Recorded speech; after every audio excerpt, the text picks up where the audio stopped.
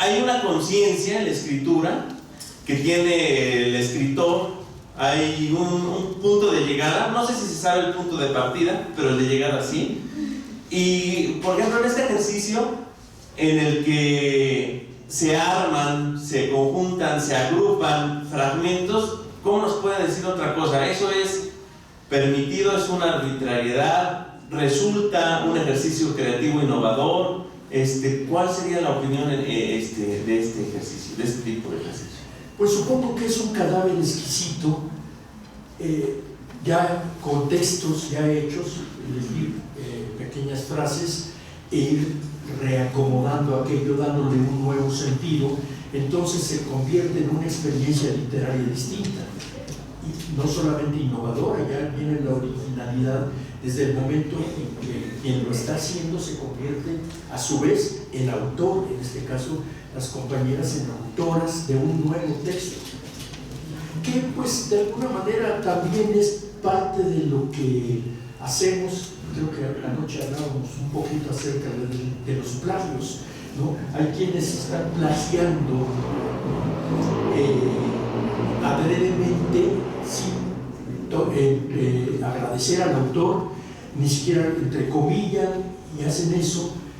Pues es un ejercicio desde mi punto de vista improductivo. En cambio este es algo que está haciendo una aportación nueva, puesto que es un trabajo propositivo. Muy bien, entonces no sé si quieran que vayamos explorando de lo general a lo particular, si tengamos alguna inquietud que siempre ocurre cuando nos encontramos con algún escritor, hablar de la inspiración. Me gustaría que se vayan sumando a las porque si no, ¿quieren que yo me lance solito? ¿No se aburren? Ajá. Bueno,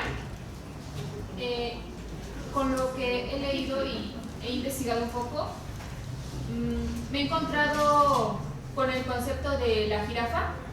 Entonces, pues eso me llamó mucho la atención y bueno, somos algunos de aquí de lengua y literatura hispánicas. En ese sentido, creo que hay, no sé, componentes en los textos que tienen un valor simbólico, y quisiera saber de dónde viene, qué es la jirafa, qué representa, y si en este caso tiene una identidad como hombre, mujer, ambos. ¿Qué es la jirafa para Agustín Monreal? A ver, esto nació con mi colega Federico Treger, que nos juntamos para hacer canciones. Yo hago las letras, él les pone música, y como mi casa es demasiado chiquita, tan chiquita que cuando entra el sol yo me tengo que salir. Entonces no podemos ensayar en mi casa. En su casa está su esposa, que no, ustedes trabajen solos, ahí hagan lo que quieran, no está ahí todo el tiempo como vigilando. Entonces no tenemos la facilidad de hablar libremente. Entonces nos vamos a ensayar al Parque México, y ahí nos gusta porque estamos con la guitarra, la cantada. De repente hay personas que se acercan, les llama la atención, van, nos toman videos y cosas así. Pero tiene una característica muy especial ese parque, que pasan mujeres que son espectaculares. ¿Quién sabe por qué ahí, en ese espacio, sucede eso?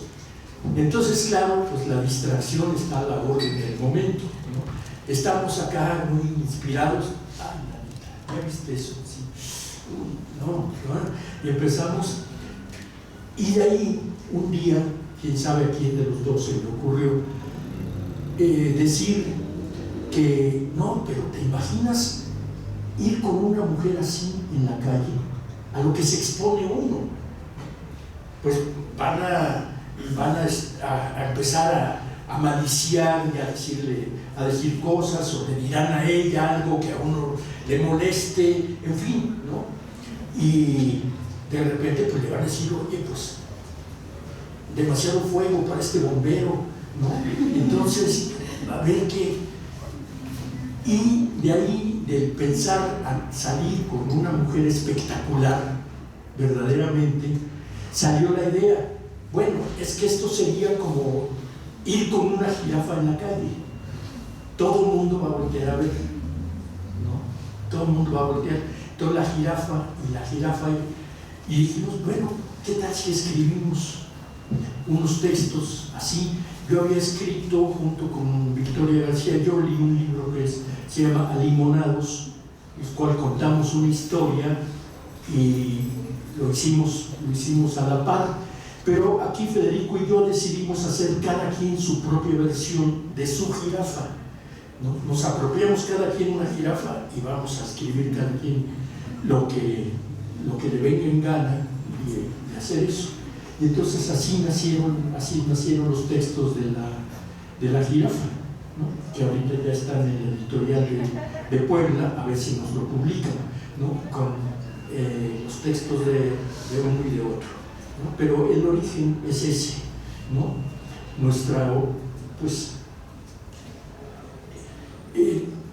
Hay experiencias que son tan íntimas que si no las escribe uno, nadie más lo va a escribir. El amor, por ejemplo, ¿no? Se han escrito millones de textos a propósito del amor. ¿Y por qué de pronto nos encontramos un poema que habla de amor y decimos, ¡ay, caray! ¿Cómo es posible que a estas alturas todavía se pueda hablar de eso, ¿no? De una manera que atraiga, que resulte nueva? Y yo tengo para mí que es debido a que no se está hablando del amor, sino de la experiencia del amor que tiene el poeta.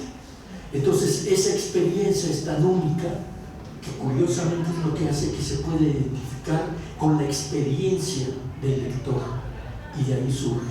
Entonces nuestra posibilidad de jugar con la jirafa nos dio también la oportunidad de ver que muchas de las personas, mujeres que leían lo de los textos de las jirafas, se identificaban con las jirafas, ¿no?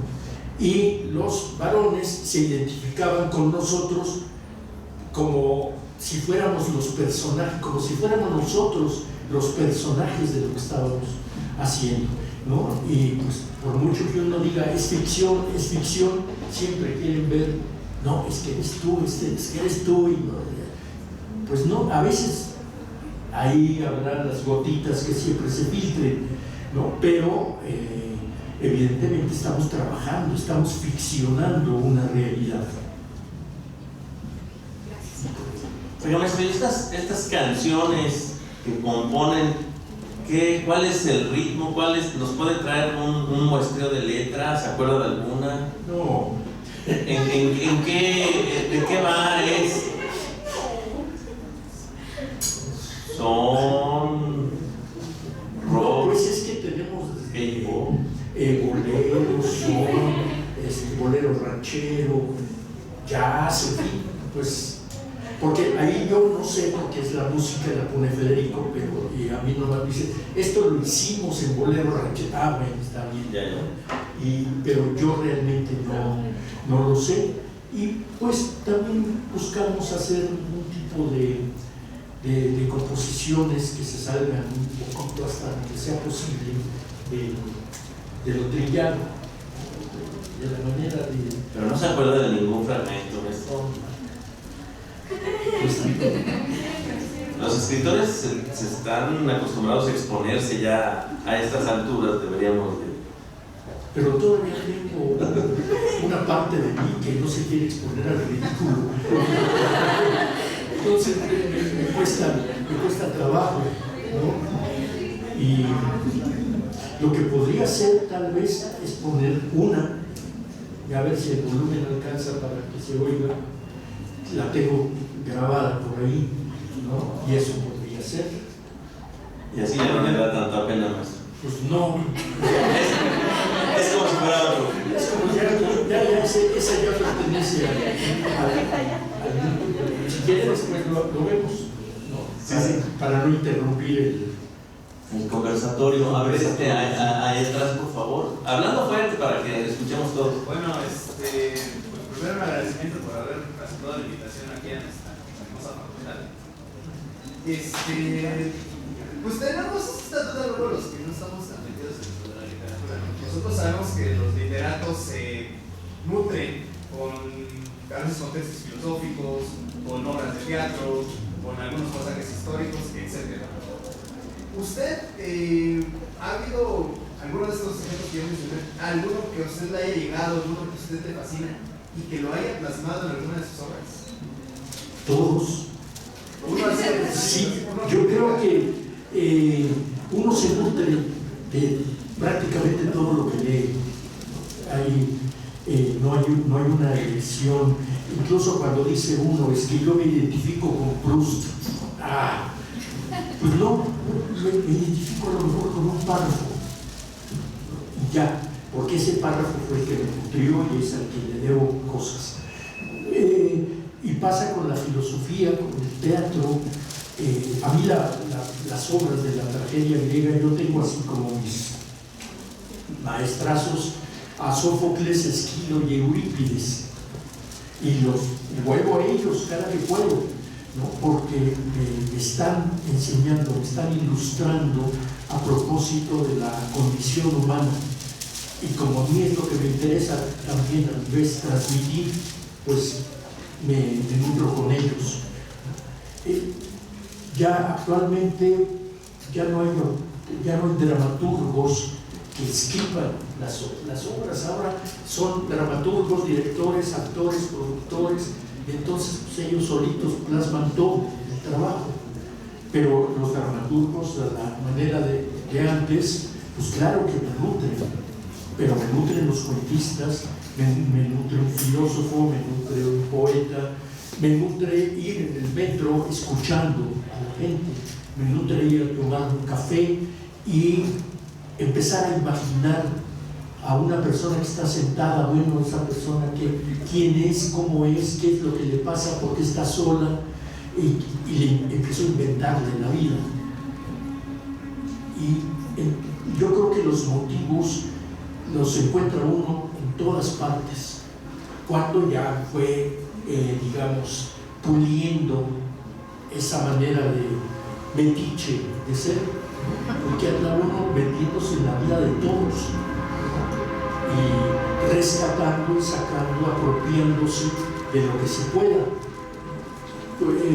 Tengo un libro que se llama Sueños de Segunda Mano, que es a propósito de eso, que me decían es que yo decía, pues no tiene por qué ser autobiográfico, aunque lo es en el sentido de que puede ser que eso que yo estoy contando le pasó a un primo, a un vecino, al párroco de la esquina, en fin, a cualquier persona. Yo me lo apropio y creo que el chiste está en apropiármelo de tal manera que logre yo que sea verosímil lo que estoy contando, que parezca que verdaderamente es mío, que incluso me acusen en ocasiones de cometer determinadas cosas que a lo mejor yo jamás cometería. Digo, para mi desgracia, porque a veces lo que hacen mis personajes ya quisiera hacerlo yo. No siempre se puede andar con una jirafa, por ejemplo.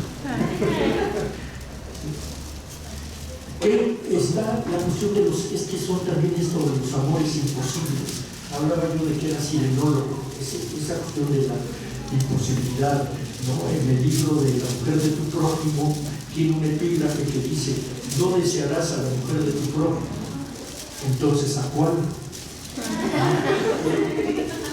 Es esa cuestión de esa estarse apropiando algo, ¿no? Permanentemente. Oiga, maestro, y ahorita que nos está diciendo que, por ejemplo, en un café ve a una persona y empieza a imaginar, ¿cuánto de esa realidad pasa al texto ¿O cuánto podría ser recreación y cuánto imaginación? Yo creo que trabajamos con dos elementos principalmente, con la memoria y con la imaginación.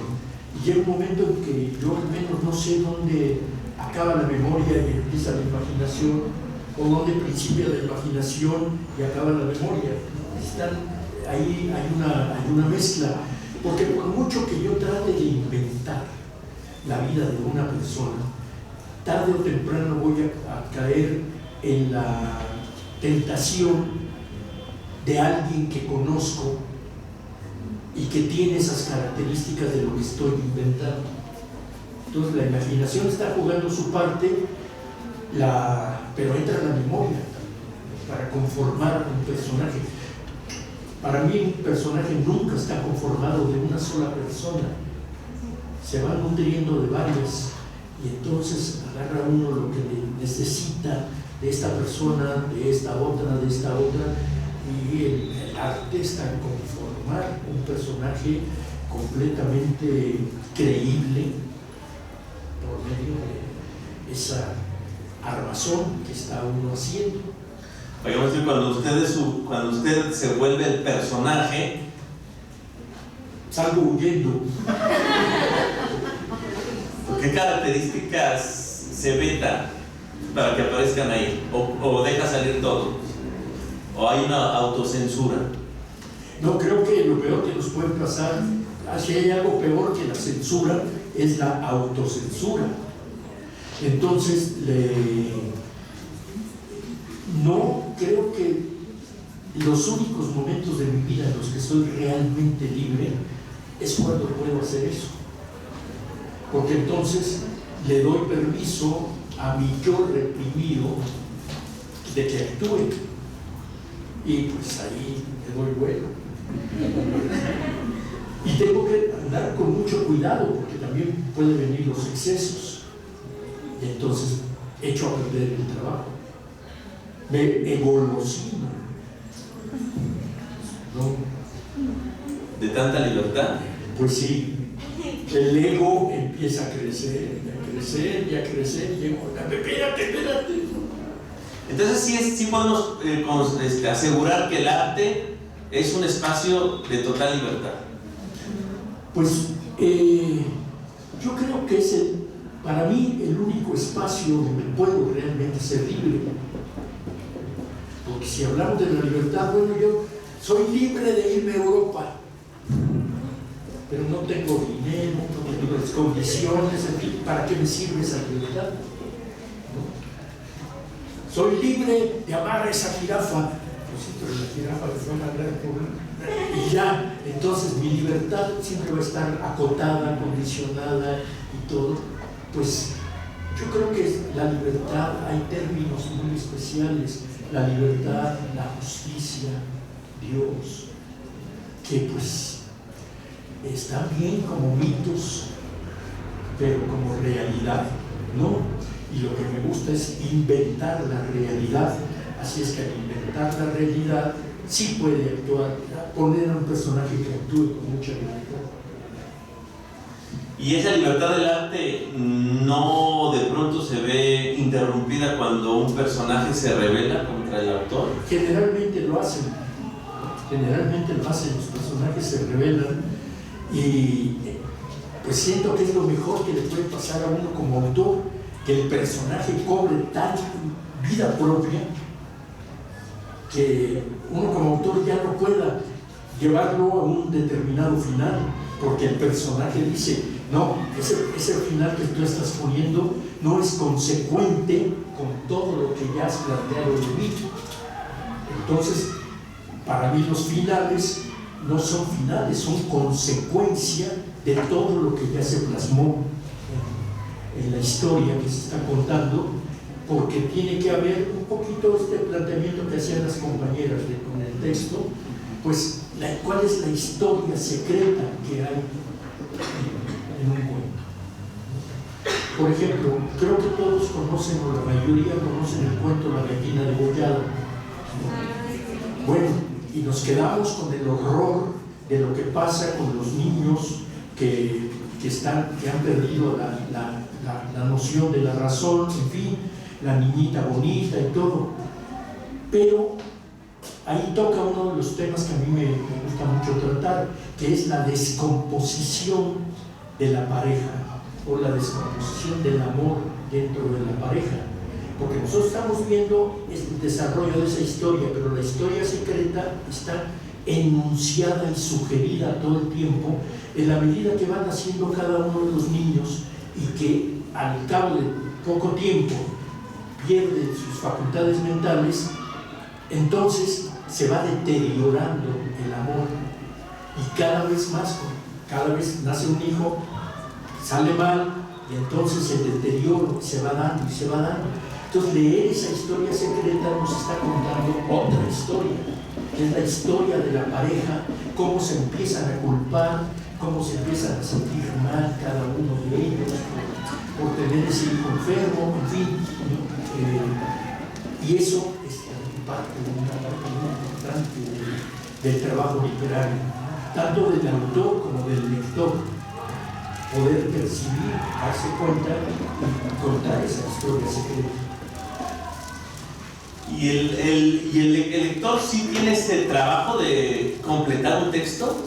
¿El texto literario no está terminado hasta que el lector hace su deber? ¿O eso es algo muy romántico? Sí, es independiente, yo creo, porque cada lector va a tener su propia lectura.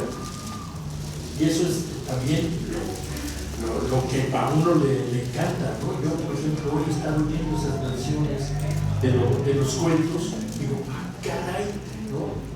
Todo eso, dije, no me la creo, porque también ya es una interpretación por parte del autor, ¿no? Ya está poniendo sus propias experiencias al servicio del texto que está leyendo. ¿Y cuál es el límite de la interpretación? Pues yo creo que no hay. Y si de repente le sugerimos una lectura y dice, no, pues esto realmente nada que ver, ¿aún así se vale? Yo creo que sí. Ahí, por ejemplo, está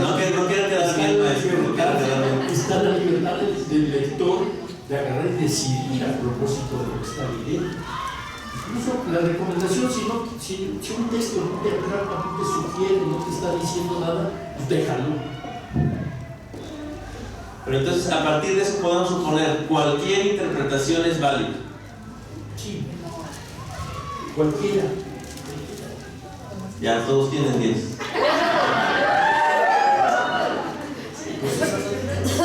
¿No? Ya hay una queja. A ver. ¿También? 9. Tienen 6, todos son mis alumnos. Son mis alumnos, no reprobables. No, yo digo que toda interpretación, desde el punto de vista del escritor, y por quedar bien, como dices, pues puede que sí, ¿no? Pero una interpretación que de verdad se sale del límite de lo que el texto dice, a veces tú como docente dices, ay, no, y no, creo que no. Sobre todo depende si la teoría que estén usando, el marco referencial que estén usando, depende de lo que estén usando. El lector sí completa, por supuesto que completa la historia, y esa puede ser su interpretación fuera de la academia, pero en la academia no. En la academia no. Ahora, qué padre que existe la no academia, donde nos desenvolvemos, ¿no? Agustín libremente y yo pues aportadamente, porque alguien tiene que trabajar. Pero dentro de la academia hay más normativa por lamentablemente, ¿no? Cuando yo fui estudiante sí había muchísima más libertad de interpretación, ¿no? Y pues me daba vuelo, pero actualmente la normatividad administrativa y el estudio de calidad dice que no son válidos. Pero como escritores sí, como escritores que interpreten lo que quieran, y eso para nosotros es ganancia que nos lean, ¿no? Pues las reinterpretaciones, además, Yo leo Dostoyevsky y me dan ganas de hacer algo así. Actualmente, junto con otros colegas, estamos haciendo nuestras propias versiones de la Odisea. Ay, sí, Como lo de las jirafas en un momento, pues ahora es la Odisea, y estamos interpretando y estamos haciendo una nueva versión, ¿no? La nueva versión que hicieron las compañeras. Si me voy a un caso un poquito más extremo, lo que hoy lo vimos, uno de los compañeros, a propósito del texto sobre las plumas del pavo, tomó las 3 líneas en las cuales se hace la descripción de la protagonista y interpretó haciendo un texto propio a propósito de las gigantas, con un lenguaje que era otra cosa, y jamás habló del cuento, ¿no? Nada más tomó como la entrada y ya, y desarrolló su propia, y eso es su interpretación. Bueno, ¿cómo le digo? Oye, no. Pues a lo mejor sí le puedo decir, ¿a qué hora vas a hablar del libro? ¿O a qué hora hablaste del libro? No, pues es que es mi interpretación. ¿Cómo le digo que no? Sí, o sea, seguramente la lectura del texto detonó eso. Eso. Y con eso podríamos no ponerle 10, pero darle una palomita, ¿no? Sí, por eso digo, pues es su versión. Ya no le llamemos interpretación, pero sí su versión del texto. O su versión. Su versión, sí, también es su versión. Pues sí, porque tiene que ser subversivo el escritor. Si evitamos la autocensura, inevitablemente somos transgresores. Sí. Por eso es que es el espacio en el que creo en la libertad, porque puedo transgredir impunemente. Y el que interpreta, no, sí, también. Pues sí, claro, porque si yo como escritor tengo derecho a hacerlo, sí, porque el lector no va a tener derecho, claro, a hacerlo también. Sí, sí. Totalmente tiene todo el derecho de hacerlo. Sí, pero en la academia, qué suerte que no eres se pone la camisa de fuerza en la academia. Sí. A mí todavía no. Ya no tardan, pero a ver si de Navidad me la pongo. Yo por eso doy didáctica. Para no tener que hacer. Sí. A ver, tenemos un comentario de atrás. Es una pregunta. Ahora que el cuento de lo mismo que el tigre, me llamó mucho la atención ese final tan curioso que cierra también toda la compilación. Entonces, quisiera saber a qué se debe ese final, a qué esa historia se puede replicar en un cuento o en una vida, o por qué usted dedicó como ese final de inconclusiones en los personajes, no solo de los protagonistas, sino de toda esa familia, porque todos tienen como secretos. Entonces, eso me pareció muy curioso e interesante. Pues ahí hay quizá una cuestión muy personal de considerar que toda vida, cualquier vida, inevitablemente va a estar inacabada. Nunca, yo creo que nadie a la hora de la muerte va a decir, cumplí todos mis propósitos en la vida, no dejé ningún pendiente, ¿no? Y cierro completamente el círculo.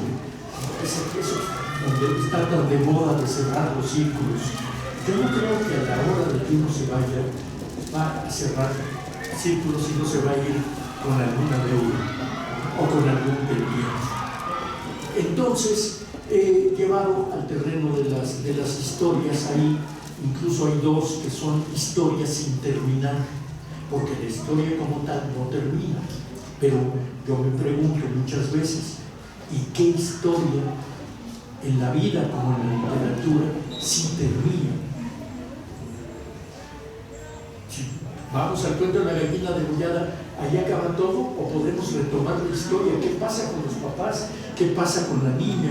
¿No? Y así vamos. ¿Y qué pasa con Raskolnikov después de que va a dar a la cárcel en Crimen y Castigo y Sonia lo está esperando? Va a retomar su vida normal, de gente buena, cuando salga de la cárcel o va a ir a matar a otra anciana, ¿no? No hay historias acabadas. Entonces mi sugerencia ahí es eso, ¿no? Todas las historias que están abiertas.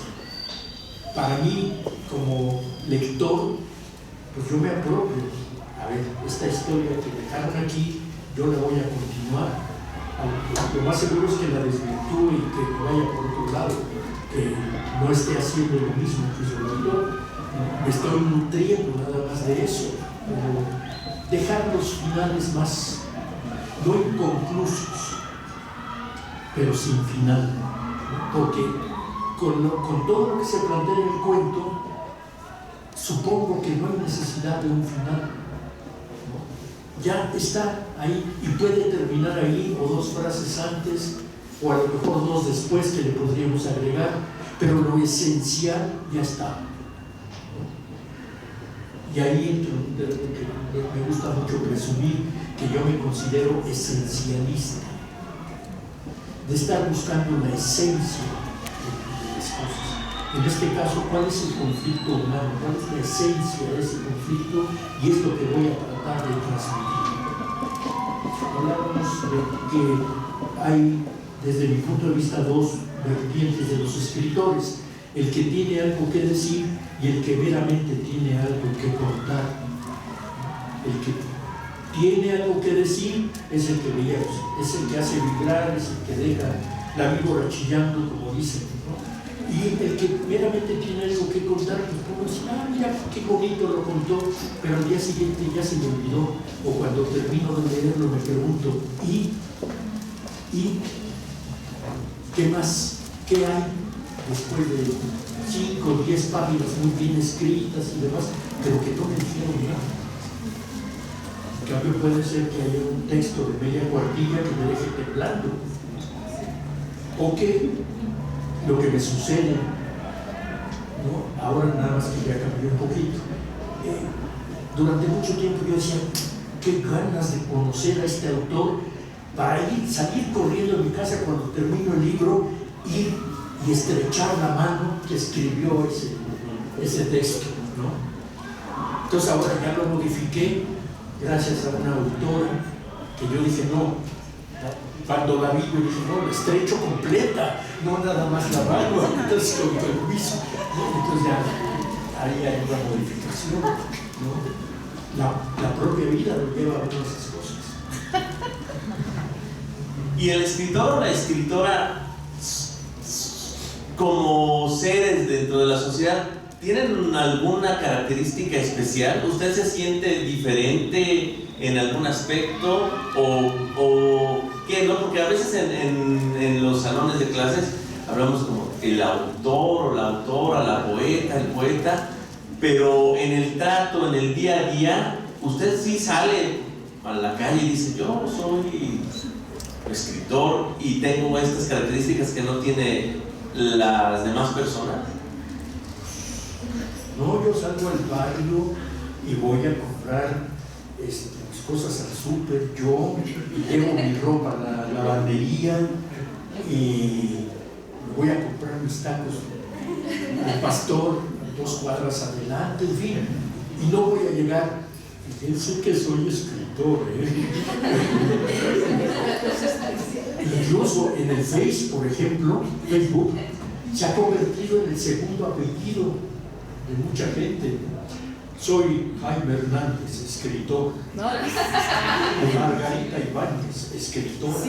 El segundo apellido, ya se lo ponen como segundo apellido, ¿no? Entonces yo ando buscando a la mamá de tanta gente que le escribe el apellido así, tan bonito.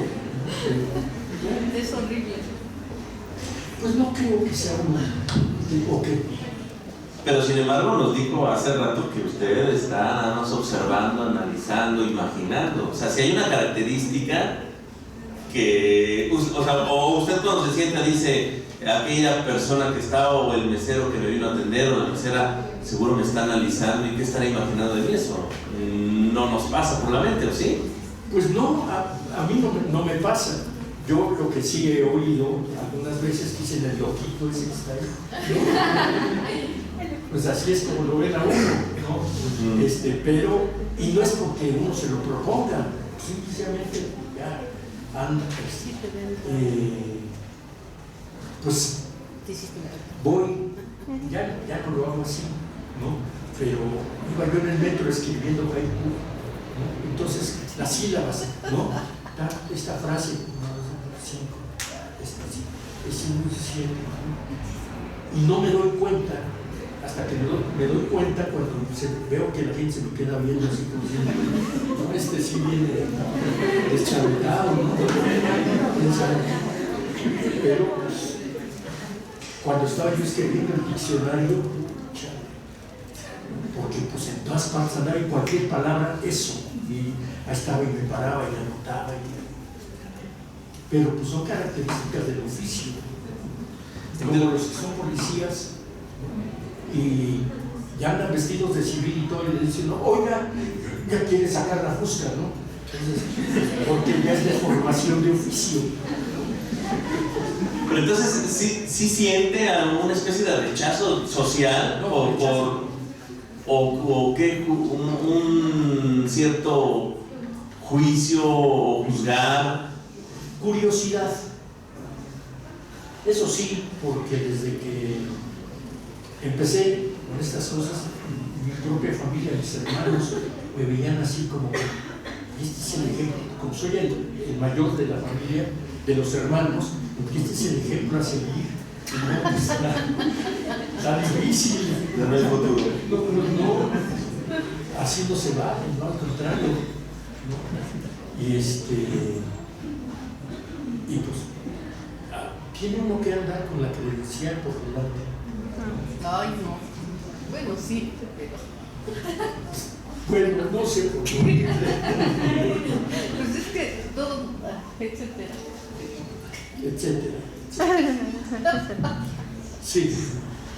Bueno, nosotros realizamos un trabajo de investigación que posteriormente vamos a presentar y nosotros elegimos el texto de la Sed de la Sociedad.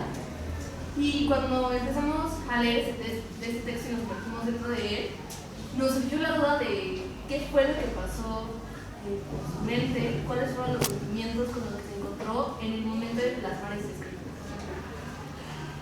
Fue un texto que maduró un buen tiempo en mí porque nació de la rabia, del coraje que me dio con un amigo que para mí era muy buen escritor, de lo mejor de la onda, de la llamada onda, el mejor, y que se echó a perder por las drogas y que se murió incluso. Entonces a mí lo primero no fue una reacción de dolor o eso, no, fue de coraje, ¿no? ¿Cómo es posible que alguien destruya su vida de esa manera?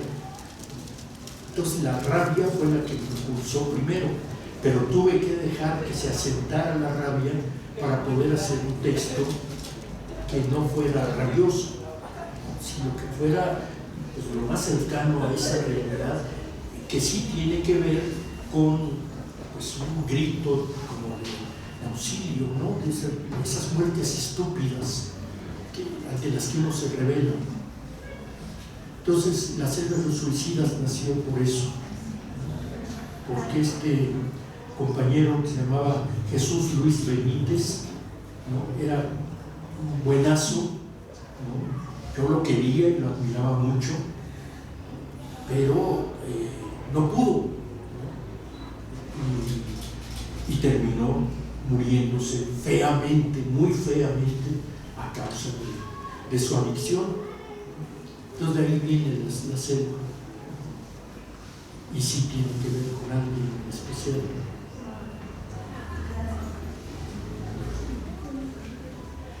Allá también nos iban a decir algo. Ajá. Bueno, yo quería saber cómo es la necesidad de plasmar la condición humana y cómo es muy creativo a la par de cómo no extender más allá de cierto.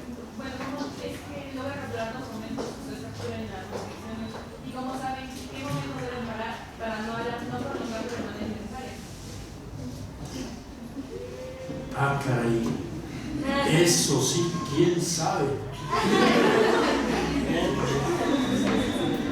No sé cómo cuándo. Pues yo supongo que ha de ser con algunas relaciones en las que uno no para, sino que la otra persona lo para a uno. Le dice, no, ya está aquí porque ya no te aguanto. Y entonces tal vez pasa lo mismo con los textos. Cuando el texto mismo ya dice hasta aquí. Y ahí, claro, puede uno cometer el pecadísimo de extenderse innecesariamente y echar a perder el texto por no saber dónde poner el punto final. Yo hace rato decía que tengo esa cuestión de que el libro a la mano cuando pongo el punto final, ¿no? Entonces afortunadamente tengo eso a mi favor, ¿no? Que sé que si pongo el punto y me llevo a la mano ya acabó, ¿no? Y no me extiendo. Pero así saberlo conscientemente o decir aquí termina la historia, pues no, porque no hay historias que terminen, sino que llega un momento en que ese episodio es el que tiene una conclusión, pero no, en fin, que podría seguir y seguir y seguir la historia. Pero es como en la vida, si nos ponemos a contar nuestra vida tal cual, va a resultar sumamente aburrida de a ver quién la lee. Entonces, lo que importa es elegir lo que merece ser contado. ¿Qué de eso que me sucedió, o de lo que vi que le sucedió a una persona, o de lo que le quiero inventar a la persona que estoy observando, es lo que vale la pena? Como un rasgo de la condición humana que merece llegar a otra persona, que merece empezar, hay que retomarlo, porque es algo que nos va a instruir acerca de la condición humana. Y son capítulos, son fragmentos, son episodios. No creo que la vida esté hecha de capítulos, sino de fragmentos. Entonces, ese fragmento que elijo debe tener un valor, al menos para mí, para poder decir que puede llegar a tener un valor para otra persona. ¿Tenemos más inquietudes? Ajá. ¿Cómo es el proceso creativo de Monreal? Porque muchas veces a los que nos interesa o a los que les interesa la parte artística, como que condicionan la cuestión del hacer del escritor. Es decir, para crear una obra yo me paro a las 3 de la mañana, me baño y después paso 2, me afeito y cosas así. Y la realidad es que, pues, creo que no es así. ¿Cómo es el proceso de hacer de Monreal? Pues, digamos que no tengo horarios, no tengo días festivos, nada de lo que es a la hora que llega, y generalmente me llega a cada rato. Por eso es traer la libreta y traer la pluma. Yo escribo a mano, antes que no sé escribir directamente a la computadora, no sabía escribir directamente a la máquina de escribo a mano siempre. Entonces traigo mis libretas, mis plumas y estoy anotando. A lo mejor alcanzo a desarrollar algo en un trayecto de una colonia a otra, en un transporte público, ¿no? Pero ya llevo esa idea. Muchas otras las maduro en la cabeza, no necesariamente escribo sobre el papel, sino que estoy dando en la cabeza antes de llevarlo al papel. En mi caso no hay una fórmula precisa, porque pues, me puede agarrar en cualquier momento. Pues es como el amor, ¿no? Que lo agarra uno así. Cuando conoce uno a una persona, la ve y dice, híjole, no, ya aquí ya perdí. Ya sabe uno que ahí, por mucho que se quiera escapar, no se escapa. Entonces, igual con el proceso creativo, sí hay versiones y mitos a propósito de eso, que hay que afilar el lápiz, y yo escribo de pie, o yo escribo nadando, si no es con copa en la mano no puedo escribir, si no es haciendo el amor en una hamaca de pie, pues no, pues como que no. Entonces, estos versos de Curtino Nájera, los versos entran sin pedir permiso, ¿es cierta? Es decir, hay algo, alguien nos dicta, algo se detona y nada más hay que plasmarlo, bajarlo al texto, a la hoja en blanco. Pues no sé si tan literalmente, sí, pero por ahí va el asunto, que no es tan gratuito porque anda uno con las alertas de fuera. Aquí están las antenitas, así es que cualquier cosa detona. Eso que llaman la inspiración.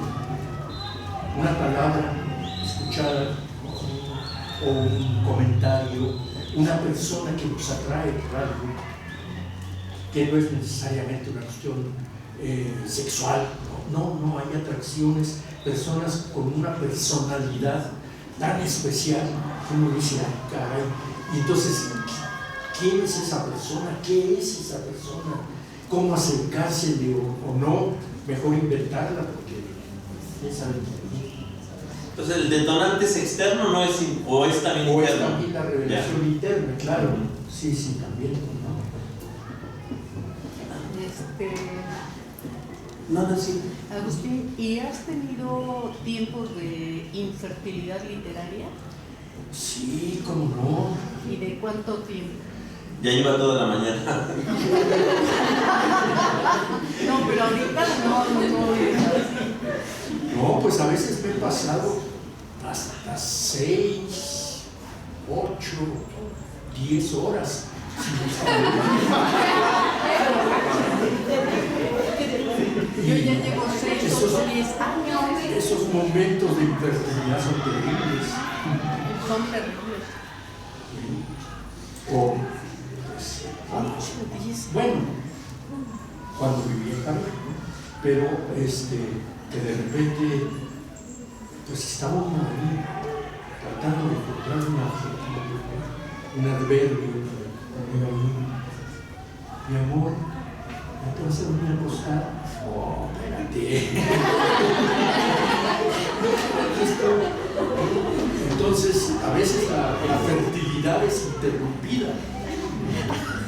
Coitus interruptus. Sí. Coitus interruptus. A ver. Sí, por favor. Si bien los detonantes que pueden hacer que el escritor escriba pueden ser externos o internos, el escritor en su creación de su texto, ¿habrá alguna señal que le diga que es necesario parar? ¿O una señal que le diga el texto ya dejó de servir? ¿Como hay alguna señal para eso? Pues a veces también la señal puede ser el cansancio. Se cansa uno de estar corrige un texto y ya por cansancio lo deja. A veces los propios personajes son los que dictan esa señal que ya tomó uno por un rumbo equivocado. Así es que hay que parar o hay que modificar. En fin, no, las señales vienen del propio texto, al menos en mi caso. Yo no, pues me han enseñado que soy meramente un amanuense. No es que me pertenezca un personaje, una historia, no me pertenece.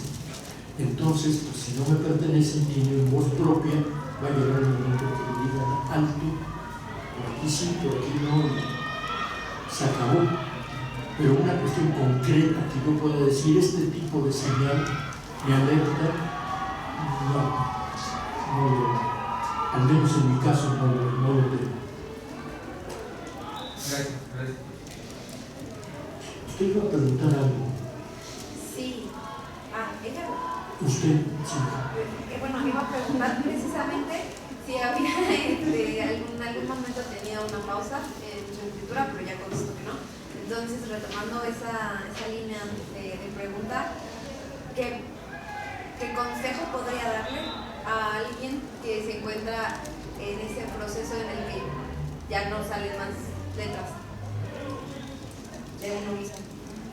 Pues yo creo que el único consejo que le puedo dar es que no siga ningún consejo. Que se atenga a su voz interior. Esa es la única que le puede decir si va bien, si no va bien.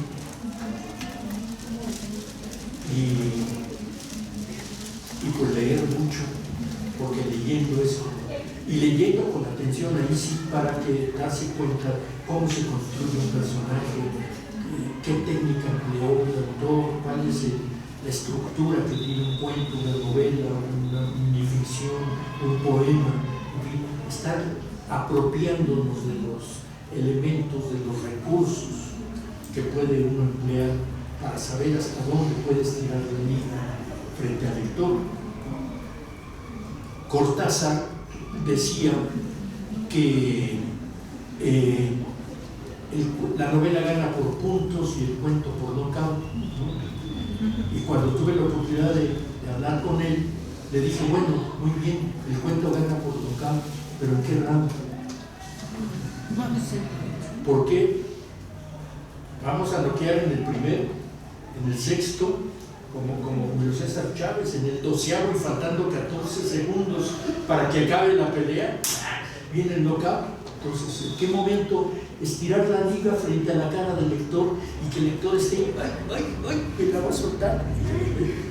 Suelta, no pasa, no lo lleva a cabo, ¿no?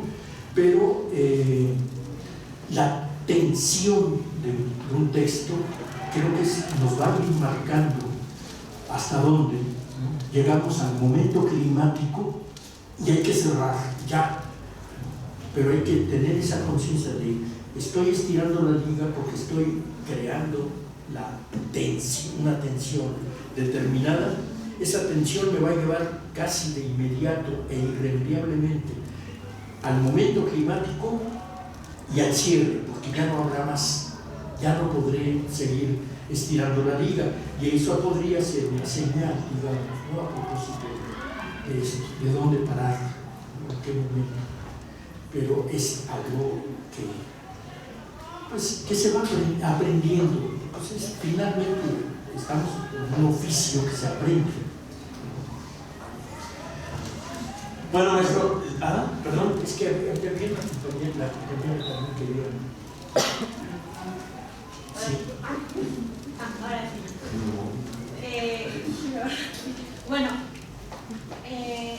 Bueno, yo mencioné hace un rato la parte de los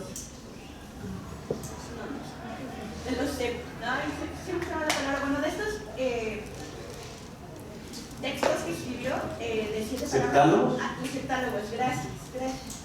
Justamente los septálogos. Entonces, mi pregunta va como enfocada justamente a esa parte de las definiciones, y es cómo llegó al punto en el que dijo, aquí me gusta, o sea, cómo fue que llegó a las definiciones, empezó, no sé, escribiendo cosas larguísimas o desde siempre prefirió las cosas cortas. Ahí. Se pegó, es casi, ¿cómo fue que terminó? Sí. Porque eso es... No, cuando yo empecé a escribir no sabía que estaba escribiendo. Yo nada más escribía y no sabía. Y lo que me decidió fue que un día leí la convocatoria que sacó la revista Punto de Partida de la UNAM, y que venía por géneros: cuento, ensayo, poesía, varia invención, y yo no sabía lo que estaba haciendo, y entonces a lo que yo solo me di a entender, mandé a lo que consideraba que podía ser cuento, mandé a lo que consideraba podía ser poesía y a lo que podía ser varia invención, que ahora se le llama minificción. Y resulta que obtuve menciones honoríficas en los tres géneros. Yo dije, voy por buen camino, pero necesito aprender qué es esto que estoy haciendo. Y entonces ya me metí a unos talleres. Afortunadamente fui a dar con Augusto Monterroso. Pues, el gigantón, y pues ahí ya no me quedó más o menos. Ahí aprendía porque aprendía, no había de otra. Un hombre sabio, amable, generoso, fértil. Amable hasta que lo corrió, ¿no, maestro? Hasta que me corrió. Pero, pues eso, yo románticamente creía que me había corrido porque había yo ganado un premio, y me dijo, lo que usted tenía que aprender en un taller ya lo aprendió, así es que ahora márchese, vuele con sus propias alas. Y bueno, me la pintó así muy bonito. Lo corrió. Quedamos siendo amigos y cuando quieran nos vemos y hablamos de literatura y hablamos de política y hablamos de mujeres, así como cuando las mujeres se juntan y hablan de los hombres. Así lo llevamos. Con el tiempo me enteré que me había corrido porque había una rubia ahí que pues tanto él como yo andábamos, pero pues yo representaba un peligro, entonces mejor sacarme de la jugada para poder quedarse él, y como efectivamente fue, ¿no? Ya después se lo reclamé alguna vez, pero bueno, seguimos siendo amigos a pesar de todo. Pero aprendí la maña, porque ahora si en alguno de mis talleres pues, pasa eso, ahora yo soy el maestro. Así yo corro al indeseable. Y le dice, vas muy bien. Sí, hombre, tú ya puedes solo.